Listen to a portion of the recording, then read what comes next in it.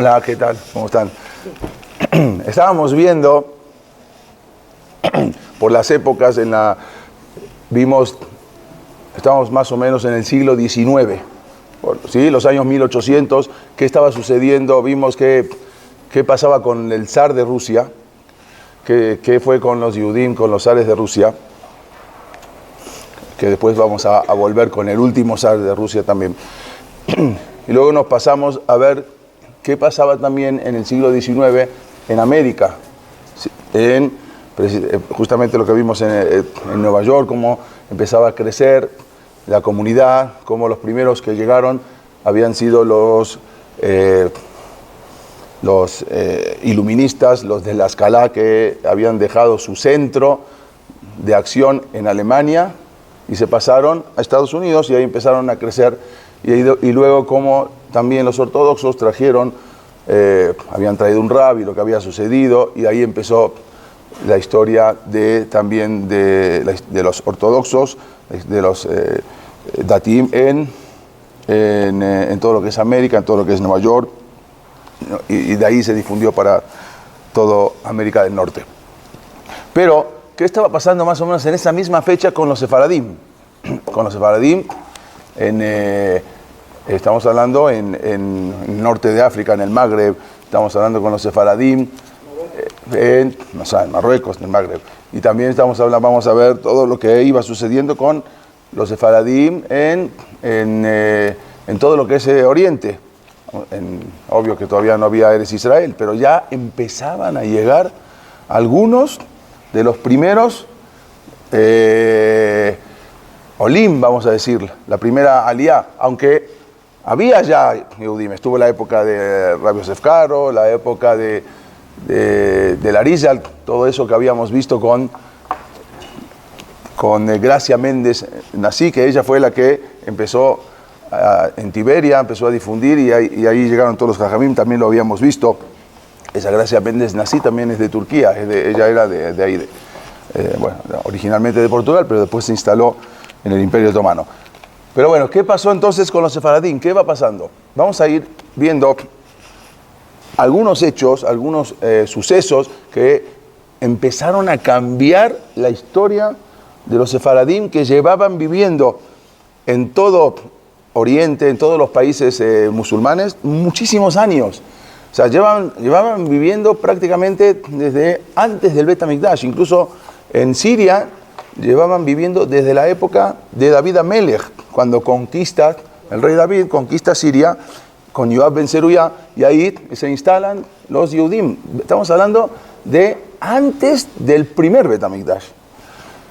Luego, obvio, más adelante llegaban también más gente, pero con la expulsión de los judíos de España en 1492, ahí llegó un contingente mucho más fuerte, porque el Imperio Otomano, que abarcaba todo lo que es Siria, todo lo que es Egipto, Israel, lo que hoy conocemos como Israel, todo eso era el Imperio Otomano. Cuando les abre las puertas el Imperio Otomano a los judíos, entonces ahí salen de España y ahí llegan a todo lo que es el Imperio Otomano, que incluía también Siria.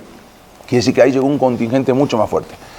Pero también, no solamente al Imperio Otomano se dirigieron los Yehudim, también se dirigieron al Magreb. Magreb es toda la parte norte de África.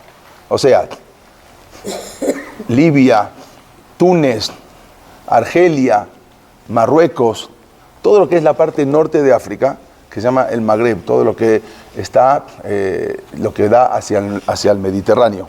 Y por supuesto Marruecos, porque Marruecos era uno de los lugares más fáciles de dirigirse, lugares más fáciles aún caminando.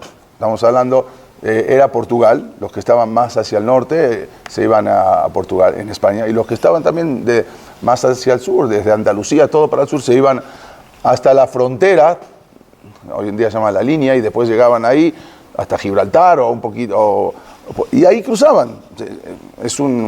Hoy en día el ferry lo hace en media hora, 45 minutos, y ahí cruzaban y llegaban a Tánger, Tetuán, y ahí iban bajando, Fez, y ahí iban bajando por. Entonces, todo eso también era un lugar que llegó un contingente muy grande. ¿Por qué? Porque era muy fácil de irse, sin nada, como dijimos, como ya lo vimos. Entonces, muchísimos judíos, muchísimos judíos llegaron a Marruecos y se instalaron ahí y empezó a crecer en Torah. Estamos hablando que eran gente, bueno, hasta en ese entonces no existía alguna persona que sea Mehalel Shabbat, o una persona que no cumple Shabbat, no entraba, porque estamos hablando de eso mucho antes de la escala, mucho antes de que vengan el iluminismo y se abra todo a Israel. Pero eran gente muy temimim. La gente de Marruecos eran gente muy temimim. Era gente que lo que decía el Rab era ley. Si así venga el Jajam ahora y te diga, ahorita es de noche, ahorita es de noche. Eran gente muy temimim. Y no solamente eso, sino había Jajamim muy grandes, había Mekubalim, había cabalistas muy, muy grandes. Estamos hablando de la talla, por ejemplo, del Rab Abu Hasira, ¿no? Del Rab Yaakov Abu Hasira, que era el famoso de la alfombra, del tapete. O sea, de esa talla estamos hablando. Jajamim grandísimos, que nosotros quizás no conocemos tanto, porque no estábamos en Marruecos, y más hacia lo que se faradí de Siria. Pero había, en un solo Bet Haim, cuando fuimos, hay enterrados más de 600 tzadikim. Eso no se da en ninguna parte del mundo. Y empezaron a vivir ahí siempre bajo los musulmanes. Siempre eran conocidos como eran como de segunda clase. O sea, los judíos eran tolerados, obvio, no como con los cristianos en España. Nada más que eran considerados como de segunda clase. Tenían un impuesto especial, tenían muchas cosas, no podían caminar, en ciertas épocas no podían caminar junto por la misma acera con el musulmán, tenían que estar más abajo, las sinagogas tenían que ser más abajo que las mezquitas, muchas cosas había, pero dentro de todo eran tolerados y eran considerados, incluso en Marruecos, mucho más que en otros países musulmanes. Pero vamos a ver cómo empezó ahora, empezó a cambiar el mundo sefaradí, no solamente en Marruecos, en muchos lugares empezó a cambiar, como que Borei Olam estaba preparando o advirtiendo que ya se iba a terminar todo eso, porque de repente, vamos a ver más adelante, de la noche a la mañana de todo el mundo sefaradí no quedó nada, se fue, todos los países llenos de faradim, Libia, en Siria, en Líbano, en Marruecos fue poquito, quedó, pero prácticamente países que ya no quedó nada de tanta población que había, de los cuales fueron los sucesos que se fueron dando para que los sefaradín vayan pensando cambiar. No quiere decir que inmediatamente, como en 1947 o 1966, después con la Guerra de los 6 días, pero ya acá empezaron a influir en los sefaradín para ir mirando hacia otros lugares, que vivían hace miles de años. Solamente vinieron los sefaradín de España, pero todavía los que se llaman Edut HaMizrach, los que estaban ahí, los Toshabim en Marruecos, por ejemplo, decían, los habitantes de antes, los otros eran Megurashim, le decían, a los que vinieron de España le decían Megurashim, los expulsados, y a los que vivían ahí eran Toshabim. Obvio, al principio siempre había problemas, eso siempre, cada uno tiene su minhag, vinieron con costumbres diferentes, no eran bien, hasta se tuvieron que separar de Bet Knesset, al final, más adelante, después se unieron. Pero una de las cosas que sucedieron ahí, y eso lo vimos cuando estuvimos también en Marruecos, algo impresionante. Una de las cosas que también sucedieron ahí, que los Yehudim empezó a moverles el piso en Marruecos y empezaron a ver para otro lado. Es una historia estremecedora de una muchacha que se llamaba Sol Hachuel, ¿sí? Conocida como la Solica, le decían, apellido Hachuel, era conocida como Solica, así le decían Solica. Hoy en día incluso, por Meste Maasé, muchas de las marroquíes se llaman Sol. Van a ver que Sol es un nombre muy común en gente descendientes de Marruecos. Por este Maasé. Esta muchacha, le decían Solica, ella había nacido en el año 1817 en la ciudad de Tánger. Tánger, como dijimos, es una ciudad enfrente de España. O sea que es una ciudad que era prácticamente casi el 90% eran Yehudim expulsados de España, descendientes de judíos expulsados de España. Y ella era hija de un rab, también era comerciante, era rab, hija del rab, se llamaba Rab Haim, y su esposa se llamaba Simcha. O sea, sus papás, Haim y Simcha. Ella quedó huérfana de madre desde pequeña, Y entonces fue criada por su papá, pero después luego su padre se casó con una segunda mujer y ella vivía de pequeña, vivía con esa señora, o sea, su madrastra, ¿no? Que era la persona que no era la mamá. Pero su madrastra, bien, muchas veces ocurre que como no era su hija, ¿no? Ella también tuvo hijas con su esposo, con el papá de Sol. Constantemente, después ya ella fue creciendo y a partir de los 15 años se casaban muy jóvenes en ese momento. Mi abuela se casó a los 13 años, de Siria, pero hay gente que se casaba a los 13, 14 años. Muchas, averigüen, muchas de las abuelas, bisabuelas o tatarabuelas se casaban a esa edad. Esta, ya desde los 13 años, la madrastra le empezó a insistir, le empezó a presionar para que se case con un pariente cercano de ella, o sea, de la madrastra. Tenía un pariente cercano, un sobrino, que quería que se case su hijastra con su sobrino, pero la presión era tanto y cada vez más, hasta que ya se tornó insoportable, ya no aguantó más. Y entonces Sol decidió salirse, escaparse de su casa, ya no aguantaba esa presión de ya tener que casarse a los 13 años con alguien que ni conocía. Entonces, para evitar esa boda, que era una boda en contra de su voluntad, se fue a la casa de una vecina. Ahí vivían judíos y musulmanes todos juntos, no había problemas como hoy en día. Sí había de repente problemas, pero no era tanto, y menos en Marruecos. La casa de una amiga de ella, se llamaba Tara de Mesodi, una amiga de ella musulmana, que era vecina, y se fue y le dijo, por favor, si me puedes hospedar en tu casa, porque ya no aguanto la presión de mi mamá por unos días, hasta que, a ver qué hacemos. Entonces, se fue ahí a la casa de su amiga. Pero, a veces dice, en la Gemara dice, Osher Shamur le relató, a veces la riqueza está guardada para una persona para mal. A veces de repente una persona no tiene dinero y se hizo mucho dinero de la noche a la mañana y ya se perdió, se asimiló y todo. Lo mismo a veces también, desgraciadamente, a veces pasa con la belleza. Y era una muchacha pero tan guapa, que cuando la madre de su amiga, que ella vivía en esa casa ahora, la vio, la conocía, pero ya la observó bien, decidió que ella le dijo, no, me escapé porque no aguanté la presión de mi madrastra. ¿Por qué? Porque quería casarme. Bueno, entonces ella tenía un hijo de 18 años y dijo, lo mejor, perfecto, yo la voy a casar con mi hijo de 18 años. Pues la vio pero tan guapa. Entonces, quien a su vez es el hijo siempre era vecina, era también un pretendiente de Sol. Y ahora que está en su casa, es que mejor.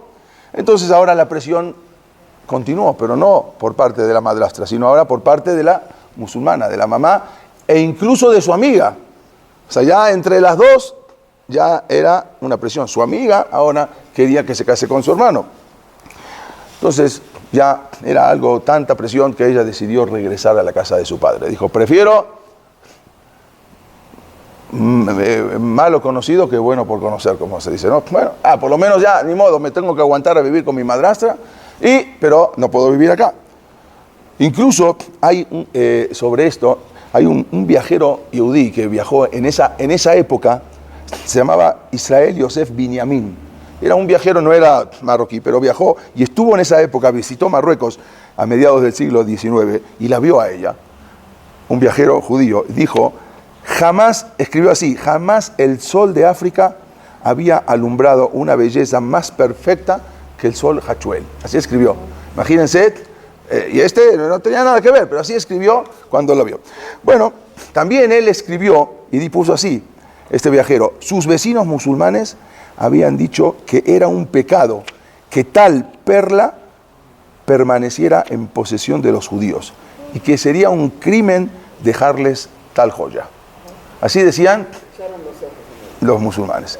Entonces, Tara, que era su amiga, y la mamá, se presentaron ante el juez, el Cadi es el juez musulmán, un juez musulmán, y se presentaron ante ellos a testimoniar y dijeron que Sol, Hachuel, estando en su casa, ella se había convertido al Islam por propia voluntad. Y porque convertirse al Islam no es que hay que hacer tanto proceso de ir a la mikve y estar varios años estudiando la salahot y cómo y a ver si sí, si no, no. Allí es muy fácil. Convertirse al Islam solamente, o sea, hay que pronunciar algo que se llama la shahada. ¿Qué es la shahada? Es un requisito que se precisa para tal conversión. Y solamente hay que decir, nadie es Dios salvo Alá y Mahoma es un mensajero. Ya dice eso, shahada. Ya con eso, ya no hace falta tevilá, no hace falta agua bendita, no hace falta nada. Ya automáticamente ya se convierte en musulmán. Ellas fueron a decir que son a testiguar, dos testigos, de que estando Sol Hachuel en su casa, ella pronunció eso y se convirtió al musulmán. Por lo tanto, entonces en ese momento, obvio, ¿cuál era la intención? Casarse con el hijo. Entonces se convierte en musulmán, ya no le queda otra, se va a casar con el hijo, ya no la va a dejar casar con un judío. La niña decía que no. La niña decía que no, obvio. Pero por lo que en ese momento la familia, este caso provocó un escándalo tremendo en todo Marruecos, no solamente en Tánger, donde había sucedido esto, sino en todo Marruecos. Porque incluso la familia ahora suplicó la intervención personalmente del sultán, en ese momento se llama Muley Abd al-Rahman ibn Hisham, así se llamaba, le fueron a pedir a él que intervenga, porque esto hasta ahora no tenía nada que ver el rey. Entonces era de una dinastía, la dinastía justamente que está ahora, se llama la dinastía alawitas, que justamente ellos esta dinastía son los que mejores estuvieron siempre con los judíos. Este rey está muy bien hoy en día con nosotros. Bueno, todo eso para avisarle, para hacerle entender para que juzguen la invalidez de esa supuesta conversión, porque era todo mentira. Dice, yo nunca dije absolutamente nada. Sin embargo, Solika, como decían, fue detenida, ¿sí? La llevaron de su casa y fue llevada ante la corte para ser interrogada a ver si verdaderamente ella había dicho o no. Entonces la llevaron ante el gobernador de ahí, quien le propuso y le dijo que si admitía haberse convertido, entonces no solamente que no le iban a hacer nada, sino que al revés, iba a recibir protección y le iban a dar una gran cantidad de oro y plata a sus padres. O sea, lo iban a hacer rico. Si ella solamente, para no tener problema, dijeron, ya, admite, y se acabó, di que si dijiste, y se acabó, y terminó el problema. Pero ella persistía en su negación. Entonces el gobernador, cuando vio que tanto persistía en su negación, le dijo, mira, ahora empezó amenazándola, pero le va a dar una amenaza tan fuerte para que lo piense bien y pueda llegar a admitir que ella se había convertido. Y le dijo así, quizás hoy no, pero antes sí. Te cargaré, le dijo, acá ven una mujer, te cargaré, le dijo así, te cargaré con cadenas. Haré, esto está escrito, o sea, esto figura en el juicio. Le dijo así, obvio en árabe, pero lo traducimos al español. Te cargaré con cadenas, haré que las bestias salvajes te rompan en pedazos. No verás la luz del día, padecerás hambre y experimentarás el rigor de mi venganza e indignación por haber provocado la ira del profeta. Eso fue lo que le dijeron si no se convertía. Al principio, por la buena, te vamos a dar esto, te vamos a dar todo. Pero después, cuando ya ella seguía en su negación, entonces le dijeron eso. Pero ella en ese momento, que también figura en los archivos, dijo así. A pesar de todas las amenazas que le habían dado, ella contestó, soportaré pacientemente el peso de las cadenas. Daré mis extremidades para que sean destrozadas por los animales salvajes. Renunciaré para siempre a la luz del sol.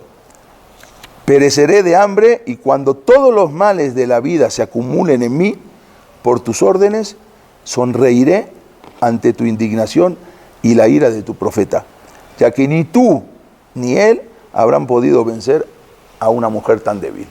Así les contestó una niña de 17 años, ya tenía 17 años. Bueno, fiel a lo prometido, cuando vieron que no había manera, ¿qué hicieron? Este juez musulmán iba a ver otras tácticas. Entonces mandó a encerrarla en una celda, sin ventanas, sin luz, amarrada con cadenas en el cuello, en las manos y en sus pies. O sea, a ver, la presión era, bueno, a ver, el momento que ella venga y diga, ya, me quiero convertir. Su padre en ese momento, el rabino Jaime Hachuel, entonces acudió en busca de la ayuda. Fue con el vicecónsul español, se llamaba don José Rico, el segundo cónsul español. Y le dijo, por favor, ayúdame, a ver, ¿qué puedo hacer? Tú eres un cónsul, a ver si tú puedes hacer algo. A ver si para liberar a las jóvenes, pero todos los esfuerzos fueron en vano. Entonces el gobernador envió a Sol, la envió a Fez. O sea, estaba en Tánger y ahora dijo, como ya no había manera, dijo ya, que se encargue el juez ahí en Fez, en una ciudad más importante, y ahí a ver qué dicen ellos. Yo ya no puedo con ella, para que en Fez estaba en ese momento el sultán. El sultán, hoy en día, la capital de Marruecos es Casablanca, pero antes había diferentes capitales. En ese tiempo fue Fez la capital, y ahí estaba el sultán, y que ellos puedan decidir. Incluso el costo del traslado, porque había un costo de mandarla, también lo va a pagar el papá. O sea, nosotros no vamos a pagar el costo de trasladar a tu hija. Entonces, el traslado y la eventual ejecución debía ser pagada por su padre y a su vez, por no convencer a su hija, si no pagaba eso, le iban a dar 500 azotes, 500 golpes por no pagar. Imagínense cómo era. No siempre siempre estuvieron bien en los países musulmanes, pero hubo épocas muy también dramáticas. Y hubo esto que al final, después de este suceso, muchos Yehudim ya empezaron a pensar salirse. ¿A dónde? Gente ya llegaba a lo que es Palestina. Había las primeras inmigraciones que, obvio, no estaba Eres Israel, no había nada. Esto pasó, ella nació, esto pasó en 1834, 1817 nació, pero vamos a ver el suceso. Entonces, finalmente, don José Rico, que era el vicecónsul de español, él pagó, porque el papá no tenía para pagar, pagó esa suma requerida para poder enviar a Sol Hachuel a Fez. Bueno, una vez que llegó a Fez, entonces la mandaron a presentar con el sultán. Pero ahora, el sultán tenía un hijo, y ese hijo quedó tan sorprendido por la belleza que dijo, esta ni para el judío, ni para el musulmán, esta va a ser para mí. Entonces se quedó tan sorprendido con la belleza, por eso dijo, a veces la belleza, es muy bonito todo, pero también es un yesará muy fuerte y también es una prueba muy fuerte. Entonces trataron de convencerla para que se convirtiera y le iban a dar todo, o sea, se iba a convertir ahora en la princesa y probablemente más adelante iba a ser la reina. Exactamente. Inmediatamente, lástima que no terminó como esta, o no sabemos si lástima o... Inmediatamente el sultán la entregó a la joven, a la jarifa, se llama. La jarifa es la mujer encargada del harem. Ella tiene un harem, ahí están todas las mujeres. La entregó, igual que a Esther Malca, la entregó ahí, instruyéndola a la encargada para que influyera, para que la convenciera de a poquito, que convenciera a Sol para que reconozca su conversión. Bueno, a pesar de los regalos que le dieron, Shisha Hodashim Beshem Amor, 6 meses que la vistieron y la perfumaron y los aceites y todo, nada sirvió para que Sol cambiara de parecer y aceptara el Islam. Aún siendo que iba a ser la princesa, ella seguía firme en su idea y continuaba diciendo, judía nací y judía deseo morir y no voy a cambiar. Bueno, ya era una cosa que no había manera. El sultán, cuando vio que no había nada que pudiera hacer para convencerla, ni de la mejor manera, entonces decidió ya mandarla al principal juez, se llamaba el Cadi, se llama Abdul Hay, para que se encargue de juzgarla. ¿Sabes qué? Yo no puedo hacer nada, haz tú que quieras, te doy permiso, se quitó el anillo, toma, haz lo que quieras, no sabía. Bueno, entonces él también la trataron de convencer, cuando ya no había nada que hacer, decidieron que esta joven judía debía de morir, porque ella supuestamente hay testigos. No pasa nada si son querubim, si son parientes de los testigos. Para la religión musulmana puede ser pariente, padre, hijo, lo que sea. Acá fue mamá con hija. No me interesa. Los dos testigos, hay 2 testigos que ella se convirtió. Por lo tanto, la ley es que tiene que morir. No obstante, la mandó al verdugo. Iban a hacer un evento para que todos pudieran venir a ver. Pero al verdugo le dijo que primero la trate de herir un poco, o sea, para que a ver si al ver sangre o a ver, ya, antes de morir decía, bueno, Entonces no la mates directamente, dale la oportunidad de que todavía pueda ella llegar a convertirse. Entonces, ¿qué hicieron? La amarraron a un caballo, y así, y para que vaya arrastrándola por la ciudad en Fez. Y bueno, cuando empiece a sentir eso, entonces ella empezó y empezaron a ser arrastrada por el caballo. Imagínense lo que es. Entonces, en un momento, cuando después de unas cuadras de ser arrastrada, ella pidió que detengan la ejecución o lo que le estaba en el martirio que le estaban haciendo. Entonces todo el mundo dijo, bueno, ya, paren, porque seguramente ella va a aceptar, para a ver cómo reconocía la conversión. Sin embargo, fue muy grande la sorpresa para todos, cuando de repente, en lugar de convertirse, en lugar de pedir convertirse, pidió unos alfileres. Y este es el famoso, pidió unos alfileres. ¿Pero para qué pide alfileres? Porque se le estaba levantando su falda y era falta de señor. Y ella no quería que cuando sea arrastrada por el caballo, su falda se levante. Entonces necesitaba unos alfileres para pasárselos entre la falda y la carne. Por esa, lo que la gente se quedó sorprendida. Dice, no puede ser. No puede ser una sadé que tan así, que la están matando, la están martirizando y de esa manera. Ella al final, después de tanto martirio, fue decapitada. Y en la plaza pública hay un cuadro también famoso de un pintor que estuvo en la escena. Y el cuadro es una pintura que se llama Alfred, un pintor francés. No sé si estuvo en la escena o lo pintó unos años después. Pero fue más o menos para esa época. Y ella fue justamente en la plaza pública el 5 de junio de 1834. Fue cuando la habían decapitado. Apenas tenía 17 años. Las últimas palabras que se escucharon cuando ella le decía al verdugo, le dijo, no me hagas persistir y decapítame de una vez para morir judía, así como nací, inocente de cualquier delito. Y Hashem, el Dios de Abraham, vengará mi muerte. Y ahí fue cuando, en ese momento, falleció. Incluso después de que ella falleció, no la enterraron, no se la entregaron el cuerpo a los papás, lo enterraron en un cementerio musulmán. Y ahí otra vez empezaron los papás por lo menos a hacer trámites, una petición para que les entregasen los restos mortales de su hija. Y esa petición fue rechazada, no se la aceptaron.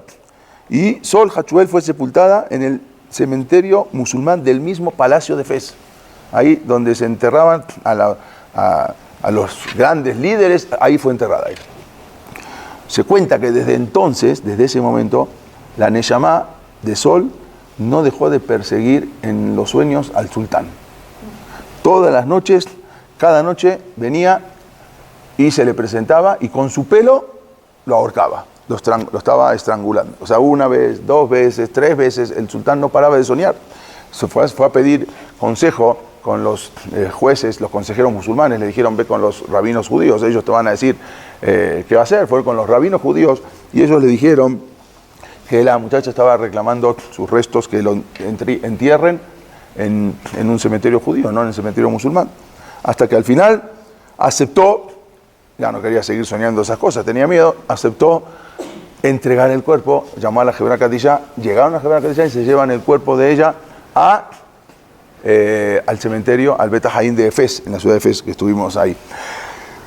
Hasta el día de hoy, y ahí la entierran, hasta el día de hoy, increíblemente, tanto la comunidad judía, así como los musulmanes, hacen peregrinaciones. O sea, se van a la tumba a pedir y hacerle un homenaje a esta Sadeket, Solika, Sol Hachuel. Pero lo increíble es que los árabes también. Es impresionante porque ellas la consideran, los árabes hasta un día la consideran como musulmana. Y van a rezarle. Todavía ellos dicen que se convirtió y era musulmana. Entonces van a rezarle. Los Yudim los llaman... ¿Van a rezarle por detractora de...?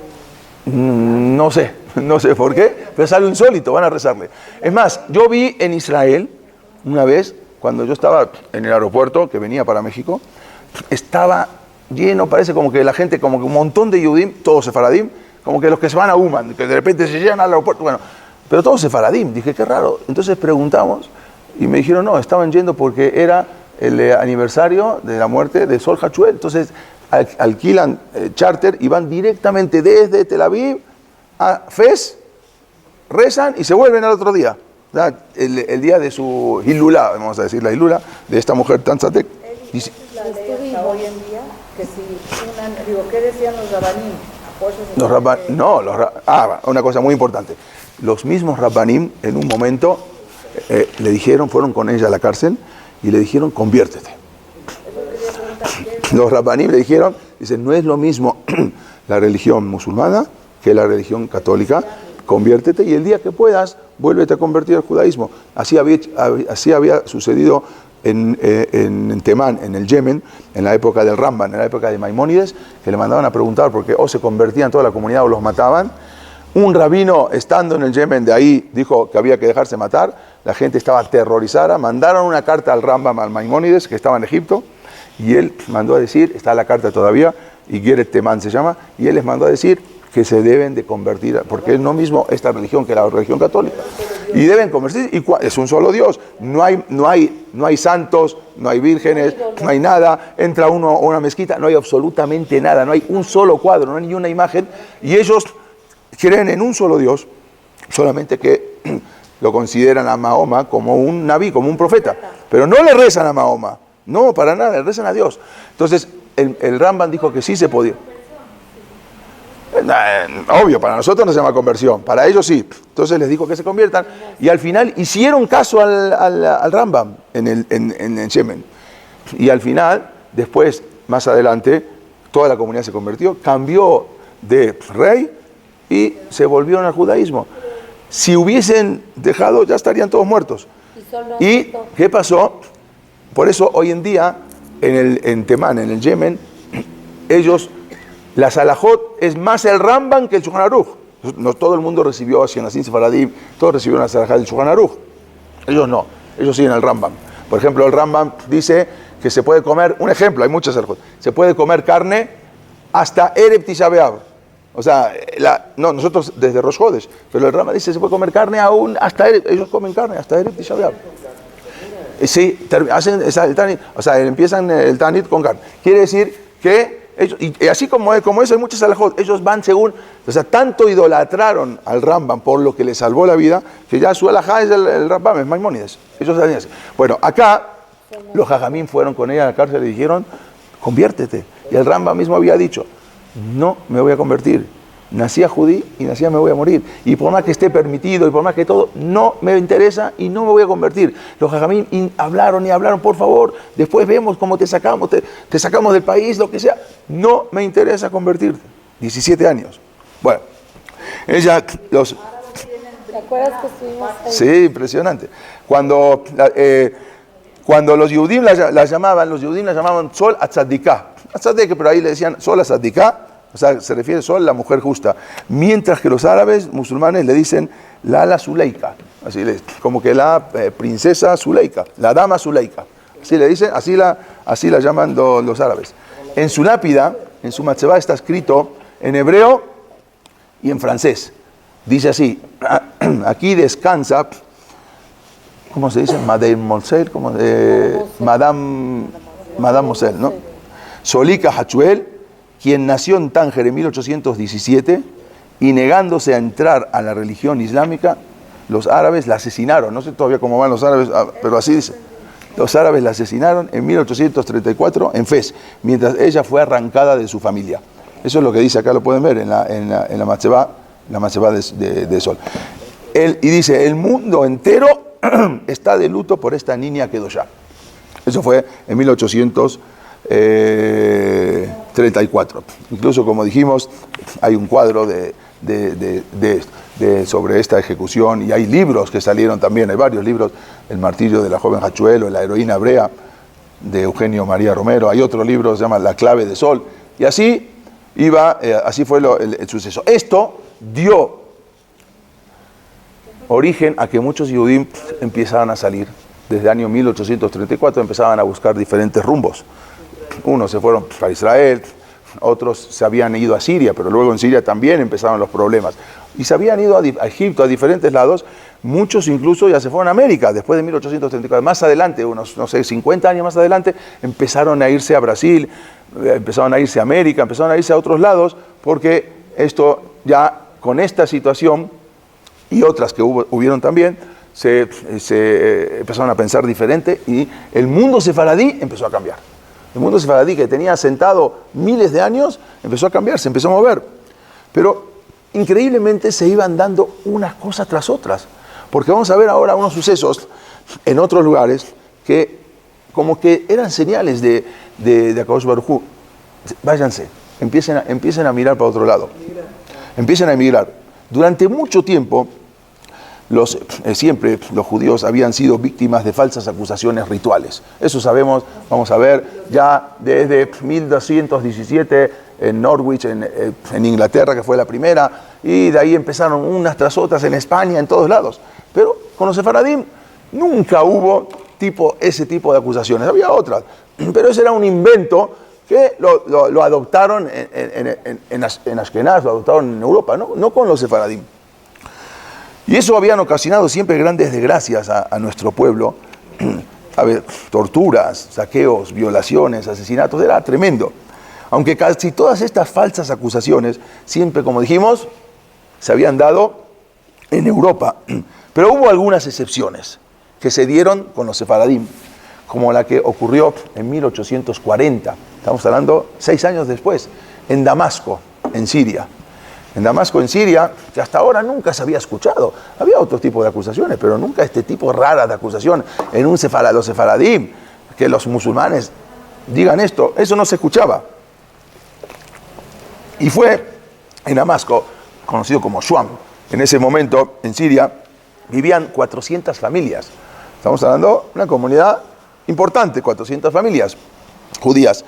Y ahí sucedió que un día 9 de febrero de 1840 habían desaparecido un cura, el Padre Tuma, le decían, el Padre Tomás, ¿no? Pedri Tumas, y le decían, y su sirviente, él de repente desaparecieron. Él era un monje superior de un convento, se llama de un convento franciscano en Damasco. Además era médico y de repente desaparece. No lo ven, no está más, desapareció él y su ayudante. Amara se llamaba su ayudante. Como el sacerdote, en verdad este sacerdote tenía muy mal carácter. Siempre estaba malhumorado, siempre se peleaba con todos. Y se había ganado mucha enemistad en el pueblo. No con los judíos también, con los musulmanes. Siempre estaba peleándose con todos. Al principio afirmaban que había sido asesinado por algún adversario, algún enemigo, alguno que lo odiaba. Dijeron seguramente, porque unos días antes lo vieron discutiendo con un turco, o sea, no con un árabe de Siria, sino con un de Turquía, uno de Turquía que trabajaba ahí, quien aparentemente ese lo había oído maldecir. O sea, ese turco, ese árabe lo oyó maldecir al cura este. Entonces, alguien escuchó que dijo, ese perro cristiano morirá en mis manos. Pero no tomaron en cuenta ese testimonio. Sin embargo, luego, no aparecía este señor con su ayudante, se dijo que alguien vino y dijo que ese padre, ese cura Tomás y su ayudante habían sido vistos por última vez en el barrio judío. Alguien dijo, sí, la última vez lo vimos por ahí, quizás sí caminó por ahí, no quiere decir que los judíos lo mataron. Entonces empezó a correrse el rumor en la ciudad de que los judíos habían asesinado a este clérigo, y uno se le ocurrió importar una shemuá, importar, ¿sí? un rumor que no era de Siria, sino era importado de Europa, y dijo que seguramente, como estábamos hablando que en febrero, y nos faltaba mucho para Pesaj, entonces lo mataron a él y a su ayudante para poder utilizar su sangre para la elaboración de las matzot para Pesaj. Y eso no se había escuchado nunca todavía por esos rumbos, sí se había escuchado mucho en Europa. Los árabes empezaron ahora a maldecir, empezaron a insultar a los judíos, y en ese momento la policía inició una intensa búsqueda en casa por casa judía. Iban a la casa, entraban, revolvían toda la casa, a ver, muchos también, el suelo, el piso, a veces era también de tierra, no era como hoy en día de mármol. Algunos sí tenían así, pero sacaban, revolvían todo, sacaban, pero no encontraron nada. Casa por casa, casi a las 400 familias, no encontraron nada. Entonces, un día de Shabbat, obligaron a la comunidad judía de Shuam, de Damasco, a abrir las tumbas de los fallecidos en las últimas 2 semanas. O sea, a ver, no las anteriores, pero todas las tumbas de los que fallecieron en las últimas 2 semanas, abrir, porque sospechaban que quizás ahí adentro seguramente están estos que lo están buscando. Había que verificar si estaban ahí los desaparecidos. En esos tiempos, Siria estaba dominada por los turcos, o sea, como dijimos, el Imperio Otomano desde 1453, o sea, toda la época de cuando salieron los Yehudim de España y todo, era el Imperio Otomano, los turcos. Y el mando era bajo el mando de Mehmet Ali, así era el pasha de Egipto, el gobernador de Egipto era el que también tenía dominio sobre Siria. Y él se dejó convencer por un cónsul francés que había en Damasco, se llamaba Ulises Ratí Mentón.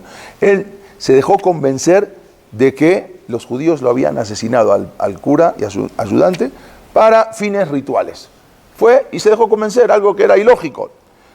Mientras empezaron ahora a detener a los judíos para ver si alguien podía hablar. Pero un yudí renegado, Mishumad, que siempre son los que exactamente traen los problemas a Israel. Él se había convertido al Islam. Lo increíble fue que era hijo del Rab Haim Nisim Abulafia, este Meshumad, este convertido. Bueno, él se había convertido al Islam y él había cambiado su nombre, obvio, por el nombre más común, Muhammad se llamaba, ¿sí? Muhammad Afandi. Antes se llamaba Nisim Haim Abulafia.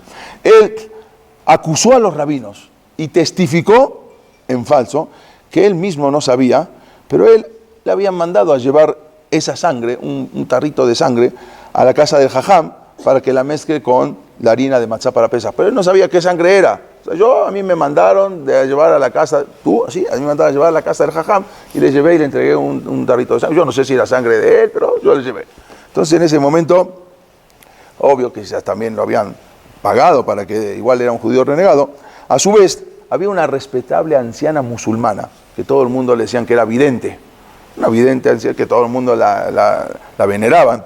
Y ella dijo que supuestamente soñó que los judíos habían matado y los habían enterrado debajo de la casa del jajam. El jajam se llama Moshe Abulafia. Lo enterraron a casa abajo de la casa. Porque soñó supuestamente una vidente. Entonces, que ni siquiera habrá soñado, pero bueno, lo habrá pensado todo el día y después lo soñó. El cónsul francés en ese momento no perdió tiempo y acompañado de los soldados franceses que estaban en ese momento, todavía no era una colonia francesa, pero estaban ahí soldados franceses, se lanzó sobre el barrio judío, arrestando a varios de los líderes de la comunidad, a todos, al presidente, a todos los líderes de la comunidad, se los llevan, y también al peluquero de la comunidad, se llamaba Shlomo Negrin. El peluquero, no sé si conocen una marca que venden arete Negrin, es de la misma familia. Sí, eran shamis de ahí del Sham. Entonces, Shlomo Negrin al peluquero, y él también lo detienen a él, porque habían dicho que por ahí, por su peluquería, había pasado el cura, alguien lo vio, pero él no tenía nada que ver, él era el peluquero de la comunidad. Bueno, después el peluquero se llamaba Salim el Halak. Halak es peluquero. Salim el Halak, así le decían Selim. Y después de 500 latigazos, supuestamente confesó lo que ellos querían que confiese, lo que ellos querían escuchar. Entonces, ¿qué hicieron? Estaba en ese momento el jajam de toda la comunidad, o sea, el rabino de todo la comunidad Shami, la comunidad del Shoam de Damasco, se llamaba Jajam Yaakov Antebi. Su tío era el rabino de la comunidad Halevi, de Alepo, se llamaba el Jajam Abraham Antebi Saka. Y él era el sobrino, era el rab de la comunidad de Damasco, se llamaba Jajam Yaakov Antebi Saka. Entonces él estuvo mucho tiempo, ya tenía 30 años dirigiendo la comunidad. Mandó a reunir a todos en el Bet Knesset principal de Damasco, se llamaba el French. Ahí los mandó a recibir a todos estos, ahí el patio del Bet Knesset, ahí, y los manda a reunir a toda la comunidad, en los patios, todo, a reunirse para pedir tefilá, para pedir misericordia, Kadosh Baruj Hu, porque sabía que se avecinaban momentos trágicos para la comunidad. Al mismo tiempo, tocaron el shofar. Había un shofar que siempre se guardaba ahí para ocasiones especiales. Era el shofar de Rabbi Yoshiyahu Pinto. Se le atribuían fuerzas espirituales especiales a ese shofar, porque había sido también ese shofar de este rabino tan importante que se había casado con la hija del alumno del Arizal. O sea, este Rabbi Yoshiyahu Pinto se casó con la hija del alumno del Arizal. Y entonces, bueno, le daban fuerzas, decían que tenía fuerzas especiales. Entonces, cada vez que sucedía así, él había sido un rabino principal en 1648 de Damasco. Y se guardó su shofar, se guardaba, y cada vez que había eventos así, se tocaban. Luego, el Jajam Antebi, Jajam Jacob Antebi, se despidió de su familia, como si fuera que iba al encuentro con la muerte. Ya sabía que iban a venir en cualquier momento por él. Posteriormente, empezaron a detener, después de los líderes, también a los rabinos de la comunidad, de los rabinos de ahí de Sham. Uno se llamaba Moshe Abulafia, también a otro rab, Ishaq Harari, Yosef Harari, Aaron Harari, Halfon Atie, David Harari y Yosef Laniado. A todos esos grandes jajamín que estaban ahí, se los llevan también a la cárcel. Al final, estos últimos, David Harari y Yosef Laniado, murieron torturados en la prisión. O sea, empezaron con las torturas. Y uno de ellos aceptó convertirse al Islam para salvar su vida. Bueno, la multitud empezó a atacar ahora el barrio donde estaban los Yehudim, destruyendo las sinagogas, destruyendo los Talmud Torah. También quemaron varios rollos de Torah. Algo que no se escuchaba. Había una sinagoga muy antigua, esta sinagoga se llama la sinagoga Yobar. Una sinagoga que decían que estuvo Eliyahu Naví ahí, que se puso ahí la sinagoga en las afueras de Damasco. También ahí se acercaron, querían destruir esa sinagoga. Era una antiquísima, era, que estuvo Eliyahu Naví, dicen ahí en esa sinagoga, estuvo en una... Sí. A su vez, también fueron encarcelados 63 niños. Fueron a la escuela y agarraron a 63 niños y los llevaron a la cárcel. A ver si ahora, por intermedio de los niños, entonces ya van a confesar. Incluso, este rabino que vamos a ver acá, Jacob Antebi, que está acá, él escribió que tras las torturas que había recibido, que los llevaron en condiciones deplorables delante del juez, y él negó todas esas acusaciones, aunque le daban torturas, todo, negó absolutamente todo, por lo que fue otra vez nuevamente golpeado hasta quedar inconsciente. Después le echaban agua fría para levantarlo, algo tremendo. 45 días estuvo encerrado en un cuarto oscuro, sin poder siquiera cambiar sus ropas. Imagínense, nada, era un sufrimiento atroz. Él cayó gravemente enfermo por los golpes que le habían dado, mientras que esto no dejaban salir. No había manera de mandar avisar a las comunidades de afuera. No había WhatsApp, no había fax, no había teléfono. ¿Cómo mandan avisar? Y ningún judío podía salirse, o sea, los rodearon. Entonces, ¿cómo mandaban avisar para pedir ayuda de otras comunidades en Europa o en Halab o en otro lugar? No, nadie estaba enterando de lo que estaba pasando. Pero un yudí logró disfrazarse de musulmán y salir de Damasco. Salió con una carta que habían hecho los jajamim y se fue hacia Alepo. Se fue a Halab. Ahí vivía el rabino que era principal rabino de Alepo, Rabbi Abraham Antebi. Era el tío de Jajam Jacob Antebi. Y para contarle lo que ocurría por la carta que le habían dado para explicarle qué es lo que estaba sucediendo. Entonces, él inmediatamente le informó al cónsul de Austria en Alepo, que era yudí, se llamaba Eliyahu Pichotto, fue con él y era el cónsul de yudí en Alepo. Entonces, él ya puede, mediante el consulado, empezar a hacer presión, mandar aviso a Europa para que vengan a hacer algo. Entonces, para que avisara a las comunidades de la diáspora, a todas las comunidades, lo que estaba sucediendo, que alguien hagan algo. Ellos no podían hacer nada. Bueno, los informes no tardaron en llegar y llegaron a Londres, llegaron a París, llegaron a todos lados, donde ahí sí tenían un poco más de peso los Yehudim. Y llegó con un Yehudí, se llamaba Moshe Montefiore. Moshe le fueron a avisar y llegó a oídos de él. Él tenía él trabajaba en la corte, era también uno de los de la corte de ahí, de Gran Bretaña. Él tenía contacto aún con la reina. Entonces él empezó y dijo, yo tengo que hacer algo. Y también llegó una carta a la familia Rothschild en Alemania, que también eran gente muy poderosa, ya habíamos estudiado. Y también a Adolphe Crémieux, se llamaba, en Francia, que también era un judío que de mucho dinero, todos eran de mucho dinero, y también tenían mucho peso en el gobierno. Ellos tenían mucha influencia en el gobierno de sus países. Entonces ellos se juntaron y por intermedio de Moshe Montefiore, él solicitó una audiencia privada con la reina Victoria. Él podía decir, para contarle lo que estaba sucediendo y ya llegar hasta altas esferas del reino, llegar con ella. Incluso también el abogado judío Adolphe Crémieux de Francia, que vemos acá, ellos lograron involucrar a los gobiernos. Se metió el gobierno francés, se metió el gobierno de Inglaterra y empezaron a presionar a Egipto, al gobernador de Egipto, que pertenecía al Imperio Otomano, a Siria, a fin de liberar a esos judíos de esa falsa acusación que se había dado. Incluso esta noticia llegó a Estados Unidos. Estados Unidos ya era Estados Unidos, vimos que ya era una nación. En ese momento había un presidente en Estados Unidos, se llamaba Martin Van Buren, era el presidente de Estados Unidos. Llegó ahí una manifestación, 15.000 judíos se fueron a manifestar en 6 ciudades en Estados Unidos y frente a al consulado de Siria, de que lo que estaba pasando. Este presidente dijo, había escrito así, no puedo evitar el dolor sabiendo que aún en esta época tan avanzada todavía se acuda a medidas tan bárbaras para obligar a la confesión de los imputados. O sea, no podía, de la manera que escuchó que estaban...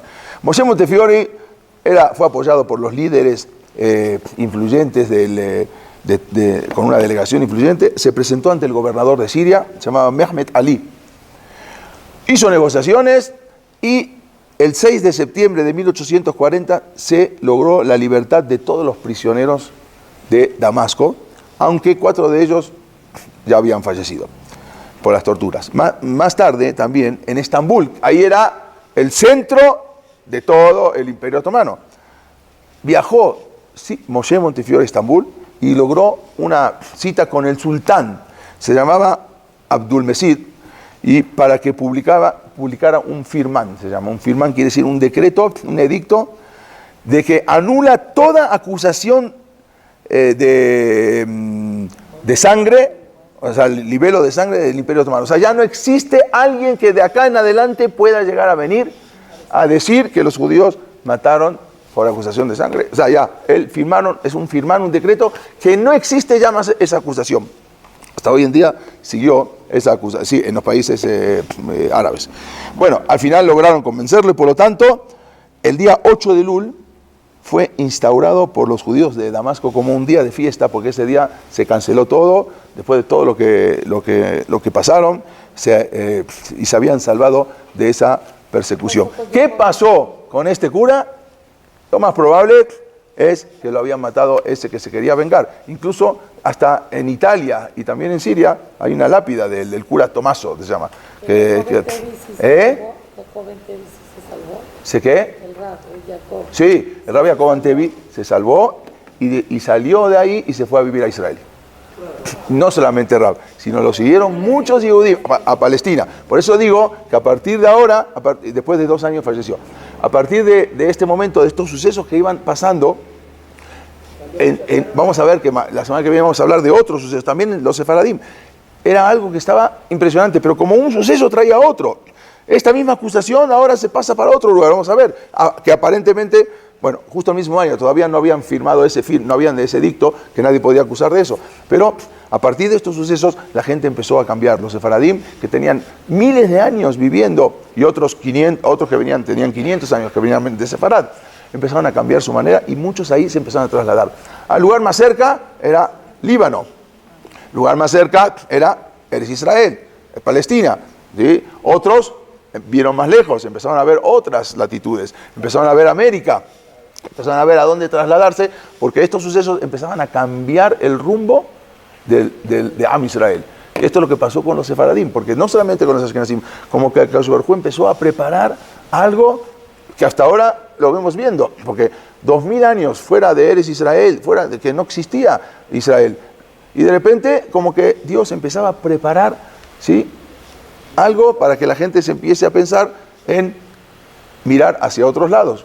¿Quién iba a pensar que Israel de repente iba a caer en manos otra vez de los Yehudim después de 2000 años? Pero Akadosh Baruj Hu estaba adelantando, Magdim, Refuá, la Macá, y cuando después va a venir el golpe más duro, entonces saber que los Yehudim ya casi todos, cuando llegó 1967, la guerra de los 6 días, no, la mayoría ya no estaban en Siria, ya se habían salido. Muchos Yehudim ya se habían salido de antes, o sea que Akadosh Baruj Hu le va preparando estos eventos y otros que vamos a ver la semana que viene, aunque son un poco trágicos, pero al final terminaron bien. Pero solamente eran avisos. Hasta hoy en día, el 8 de Elul, todas las comunidades shamis, comunidades damasquinas, en todo el mundo, es un día de felicidad, es un día de Yeshem, un día de no se hace sped, no se hace Anna, no se hace Bidui, no se hace nada, en conmemoración a este evento que el 8 de Elul fue el día que terminó y que absolvieron a todos los Yehudim y firmaron eso, que ya nadie puede acusar. Este tipo de acusaciones no existe más para los judíos. Vamos a ver que para Rusia sí, para Europa sí. En 1912 hubo una acusación grandísima, que vamos a hablar después más adelante, de libelo de sangre, a Menachem Mendel Bailey se llamaba, que lo acusaron también en 1912 estamos hablando, ya el siglo XX, todavía siguieron las acusaciones, pero para los sefaradim, esta fue de las pocas y las últimas que hubo una más, pero que terminaron, y eso cambió el rumbo de Am Israel. Akadosh Baruj Hu va preparando el camino de todo lo que va a venir. Nosotros hacemos nuestro Ishtadlut, nosotros hacemos todo lo que podemos hacer, todo ya está marcado, todo ya está, el camino ya está trazado. ¿Qué podemos hacer nosotros? Al día de tefilá, por nuestra tefilá, podemos cambiar ciertas cosas, pero que está trazado, está trazado. Y Akadosh Baruj Hu iba preparando el otro camino que iba a seguir después de los sefaradim, de toda esta época de los sefaradim.